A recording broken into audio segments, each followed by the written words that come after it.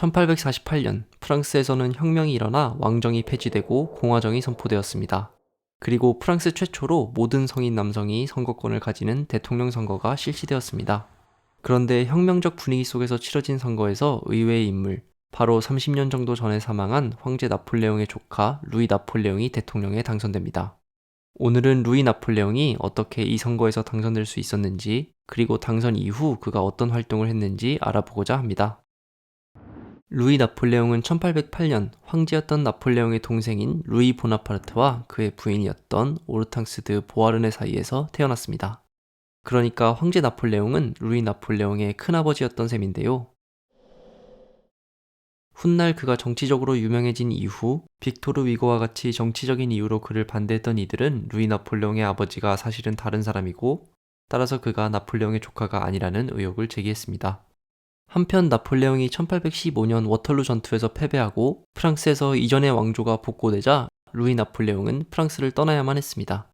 7살의 어린 나이에 루이 나폴레옹은 스위스와 독일, 그리고 이탈리아를 떠돌아다녔고, 아우크스부르크에서 우리의 인문계 고등학교에 해당하는 김나지움을 다니며 공부를 했죠. 학창 시절을 독일에서 보낸 덕분에 그는 이후 죽을 때까지 프랑스어를 말할 때도 독일어 악센트를 완전히 지우지 못했습니다. 이후 루이 나폴레옹이 22살이 되던 1830년, 프랑스에서는 7월 혁명이 일어나 이전의 왕이었던 샤를 10세가 물러나고 보다 자유롭고 온건한 정책을 추진한 루이 필리프가 왕좌에 오르는데요. 이 소식을 들은 루이 나폴레옹과 그의 어머니 오르탕스는 1831년 4월 23일 신분을 숨긴 채 몰래 파리로 돌아옵니다. 그리고 둘은 비밀리에 새롭게 왕이 된 루이 필립을 만나 어떻게 하면 둘이 프랑스에 계속 머물 수 있을지에 대해서 협상을 벌입니다. 이때 루이 필립은 루이 나폴레옹에게 이름을 바꾸고 군에 입대하면 프랑스 체류를 허락하겠다고 제안했지만 루이 나폴레옹은 이름을 바꾸라는 이 제안을 단칼에 거절하죠. 그런데 이렇게 왕과 루이 나폴레옹이 비밀리에 만나는 사이 당시 언론을 통해서 루이 나폴레옹이 극비리에 프랑스에 입국했다는 소식이 파리 시민들에게 전해졌습니다. 조금 전 루이 나폴레옹이 1831년 4월 23일에 파리에 돌아왔다고 말씀드렸는데요. 공교롭게도 며칠 후인 5월 5일은 황제였던 나폴레옹 보나파르트가 사망한 지 10주년이 되는 날이었습니다. 이에 나폴레옹 보나파르트의 조카인 루이 나폴레옹이 파리에 돌아왔다는 소식을 들은 일부 파리 시민들이 그가 머무는 호텔을 찾아가 애도를 표하기도 했죠. 어쩌면 이는 이후에 일어날 일을 암시하는 복선이었을지도 모릅니다. 어쨌든 왕인 루이 필립과의 협상이 결렬되자 루이 나폴레옹은 스위스로 돌아가서 그곳에서 20대 초반을 군에 복무하면서 보냅니다. 그리고 큰아버지가 포병 장교였던 것을 본받아 자신 역시 마찬가지로 포병 장교로 복무하죠. 이후 28살이 되던 1836년 그는 쿠데타를 꿈꾸며 프랑스 스트라스부르에 잠입합니다. 이 계획에는 자신의 큰아버지였던 나폴레옹 보나파르트의 선례가 큰 영감을 주었는데요. 나폴레옹 보나파르트가 엘바섬에서 탈출하여 파리로 돌아올 때 프랑스 군으로부터 저항을 받기는커녕 지지를 받았던 사례처럼 자신이 스트라스부르에서 파리로 진군하면 군이 자신을 지지해줄 것이라고 믿었던 것입니다. 이를 통해서 그는 당시 프랑스 왕이었던 루이 필립을 왕좌에서 끌어내리고 자신이 왕위에 오를 수 있을 것이라고 믿었습니다. 그리고 실제로 그는 이를 위해서 스트라스부르에서 군 장교 한 명을 포섭하기도 했죠. 그러나 이 계획은 루이 나폴레옹의 뜻대로는 진행되지 않았습니다. 그가 스트라스부르에 들어와서 반란을 시도하려고 하자마자 그와 동조했던 소수의 군인은 체포되었고 그는 다시 스위스로 돌아갈 수밖에 없었습니다. 쿠데타에 실패한 루이 나폴레옹은 쿠데타를 통한 집권보다는 보다 장기적인 계획을 세우게 됩니다. 이는 자신의 정치적 이념을 담은 책들을 출판해서 영향력을 키우는 것이었는데 특히 1839년에 쓴 나폴레옹의 사상이라는 책은 당시에 이미 6개 국어로 번역되어 출판되기도 했죠. 여기서 그는 이후 보나파르티즘이라 불리게 되는 사상적 토대를 마련했는데 그는 이 책을 통해 보통선거를 옹호하면서 민족적 이익을 우선시하고 전제주의는 아니지만 강하고 무정부주의는 아니지만 자유로우며 정복 없이 독립적인 다소 분명하지 않으면서 당대의 여러 사상이 뒤섞인 정부체제를 꿈꿨습니다. 또한 대륙을 벗어나 영국으로 여행을 떠나 그곳에서 벤자민 디즈레일리와 같은 당대 영국의 영향력 있는 정치인들과 교류하기도 했습니다. 출판과 교류를 통한 활동으로 인해 자신감이 커진 탓이었을까요? 1840년 루이 나폴레옹은 두 번째 쿠데타를 준비합니다. 그러나 이 계획은 첫 번째와 마찬가지로 터무니없는 것에 가까웠는데요. 영국에서 고작 60명 남짓의 사람과 배 한 척을 고용해서 프랑스 해안으로 출발하는 것이 계획이었죠. 당연하게도 이들은 곧바로 체포되었고 이 계획은 프랑스 정권으로부터도 진지한 위협보다는 우스꽝스러운 해프닝으로 인식되었습니다. 당시 한 신문에서는 이건 코미디보다 더하다. 미친 사람은 굳이 죽일 필요가 없다. 그냥 미친 짓을 못하도록 가둬놓기만 하면 된다. 라고 보도하기도 했죠. 그리고 이 보도대로 루이 나폴레옹은 곧 종신형을 선고받고 징역을 살기 시작합니다. 그러나 감옥에서도 루이 나폴레옹은 나름의 방법대로 정치 생활을 계속해 나갑니다. 바로 책을 쓰는 것이었는데요.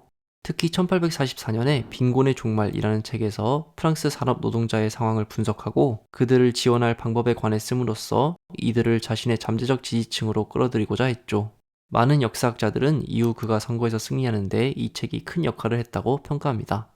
이 책이 감옥 밖의 사회에서 큰 성공을 거두고 있다는 소식에 다시 자신감을 얻은 루이 나폴레옹은 1846년 자신을 지지하는 이들의 도움을 받아 감옥의 노동자로 변장, 탈옥하여 영국으로 탈출하는 데 성공합니다. 한편 영국으로 탈출하여 호시탐탐 기회를 누리던 루이 나폴레옹에게 마침내 제대로 된 기회가 찾아옵니다. 바로 1848년의 혁명을 통해 프랑스에서 왕정이 무너지고 공화국이 선포된 것입니다. 이후 루이 나폴레옹은 극좌파부터 중도 공화주의파 그리고 극우파까지 총가세하여 벌어진 일련의 총선과 지방선거에서 상당한 성과를 거두는 데 성공합니다. 지방에서는 그의 큰아버지 황제 나폴레옹에 대한 향수를 가지고 있던 농민들로부터 적극적인 지지를 받았고 도시에서는 빈곤의 종말 출판 이후 노동자들로부터 큰 지지를 받았죠. 그가 노동자들로부터 큰 지지를 받았다는 사실은 당시 언론 보도에서 그를 사회주의자였던 루이 블랑과 같이 거론했다는 사실에서도 확인됩니다. 한편 1848년 12월에는 프랑스 최초의 직선제 대통령 선거가 실시되었습니다. 이 선거는 프랑스의 모든 성인 남성이 선거권을 가지는 당시의 기준으로는 매우 선진적인 선거였습니다. 루이 나폴레옹은 선거운동 기간이 시작되자 곧바로 출마를 발표했는데요. 그가 출마를 발표하자 그를 비웃는 이들은 그가 자신이 독수리인 줄 아는 칠면조에 불과하다고 비웃었지만 그는 곧 전국적으로 큰 인기를 끌게 됩니다. 이는 그의 불분명한 정치적 성향으로부터도 큰 영향을 받았는데요.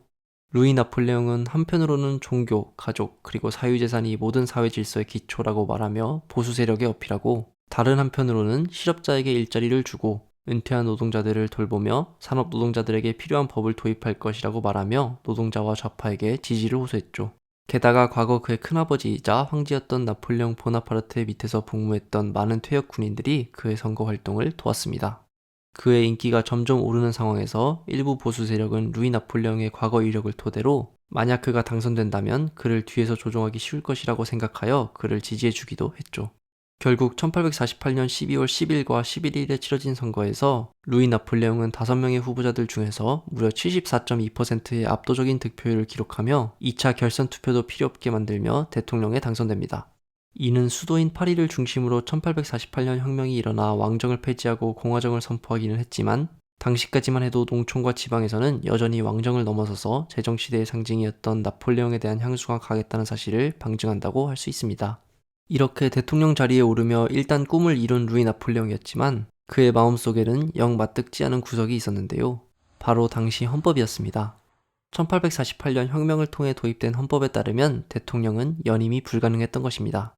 그런데 루이 나폴레옹은 한 번의 임기만을 마치고 대통령 자리에서 내려올 생각이 없었죠. 따라서 그는 임기 동안 자신의 연임이 가능하도록 개헌을 하려고 노력하지만 의회에서 3분의 2에 해당하는 좌석이 없었기 때문에 그럴 수 없었습니다. 결국 1851년 루이 나폴레옹은 알제리에서 외인 부대와 일반군 일부를 파리로 불러들여 쿠데타를 준비합니다. 쿠데타 날짜는 12월 2일이었는데요. 자신의 큰아버지였던 나폴레옹 보나파르트의 대관식 날짜를 따른 것이었습니다. 이 일련의 과정을 외국에서 지켜보던 30대 초반의 청년 칼 마르크스가 Die Geschichte wiederholt sich immer zweimal. Das erste Mal als Tragödie, das zweite Mal als Farce. 즉, 역사는 항상 반복된다. 첫 번째는 비극으로, 두 번째는 희극으로 라고 반은 자조적으로, 반은 비꼬면서 표현한 이 말이 이 사건을 가리킬 때 이후에도 널리 인용된 것은 바로 이 때문입니다. 어쨌든 이날 군대는 파리의 신문사와 주요 거점지를 기습적으로 장악하고 의회의 해산을 선언했습니다. 루이 나폴레옹의 연임을 반대했던 16명의 의원이 체포되었고 쿠데타 직후 이에 반대하는 시위가 벌어지자 군대가 이를 무력으로 진압하여 약 300여 명의 사망자가 발생하기도 했습니다. 이때 시위에 참가했던 이들 중에는 우리에게 잘 알려진 빅토르 위고와 같은 지식인들도 있었습니다. 쿠데타 후에는 전국적으로 3만 명에 가까운 좌파 지식인과 언론인, 정치인들이 체포되었습니다. 또한 엄격한 언론 검열이 실시되었죠. 그런데 쿠데타를 통해서 장기 집권의 토대를 마련했음에도 불구하고 루이 나폴레옹은 만족하지 않았는데요. 이는 바로 그가 자신의 큰아버지와 마찬가지로 황제를 꿈꾸고 있었기 때문입니다. 결국 1년 후인 1852년 루이 나폴레옹은 다시 한번 국민투표를 실시해서 공화국에서 제국으로의 전환을 선언하고 자신이 직접 황제 자리에 올라 나폴레옹 3세가 됩니다. 우스꽝스럽고 터무니없는 두 차례 쿠데타를 꾸몄던 전 무기징역수 루이 나폴레옹은 이렇게 황제가 되었고, 이후 1870년 자신이 직접 이끌었던 프로이센과의 전쟁에서 패배하면서 제국이 망할 때까지 20년 가까이 더 통치를 합니다.